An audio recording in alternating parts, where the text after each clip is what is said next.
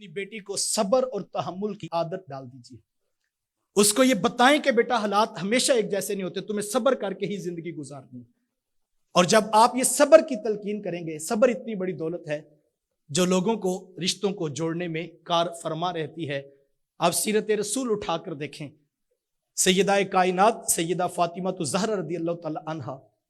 کتنا بڑا میکا ہے کہ نبیوں کے امام کی صاحبزادی ہیں, لیکن جب ادھر حضرت علی المرتضیٰ رضی اللہ تعالی عنہ کے پاس تشریف لے کر جاتی ہیں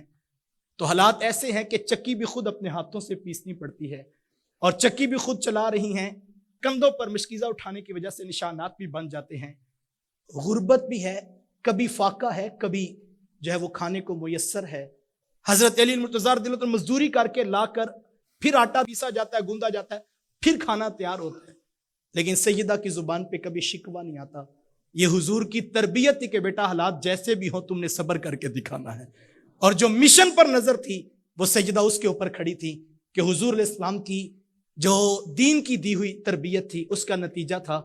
کہ گھر میں فاقہ بھی آیا ہے, گھر میں جو ہے وہ دکھ بھی آئے ہیں, گھر میں مصیبتیں بھی آئی ہیں, گھر میں پریشانیاں بھی آئی ہیں,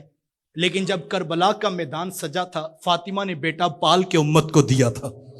جب منزل پر نشان بیٹی کا ہوگا اور بیٹی کو پتا ہوگا کہ میں نے اپنی اولاد کی تربیت کرنی ہے, یہ چیزیں نہیں, اصل تو یہ میری اولاد ہے جس کو میں نے نکھار کے دینا ہے, تو حالات تلخ بھی ہوں گے تو بیٹی صبر کر کے برداشت کر کے حالات کا جو ہے وہ مقابلہ کرے گی. اپنی بیٹیوں کو صبر اور تحمل کی عادت دیجیے, اور یہ اتنی بڑی چیز ہے, یقین جانیے. میں پچھلے میری عادت ہے, کچھ مزاج ایسا ہے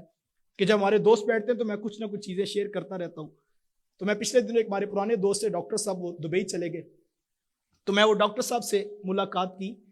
تو ان کی بھی شادی ہوئی تھی. تو میں نے کہا ڈاکٹر صاحب آپ بتائیں آپ کا تجربہ کیا ہے؟ تو وہ کہنے لگے کہ میں تو پہلے دن صرف اپنی گھر والی کو ایک ہی بات کا تقاضا کیا, اور میں نے کہا کہ مجھے صرف صبر اور تحمل چاہیے. خواہش آرزو بات مانی جائے گی لیکن صبر اور تحمل کے ساتھ, جلدی نہیں کرنی. میں ایک جوائنٹ سسٹم میں رہتا ہوں, اور ایسا نہیں کہ آپ کے ہر حکم پر میں فیصلہ کر لوں گا,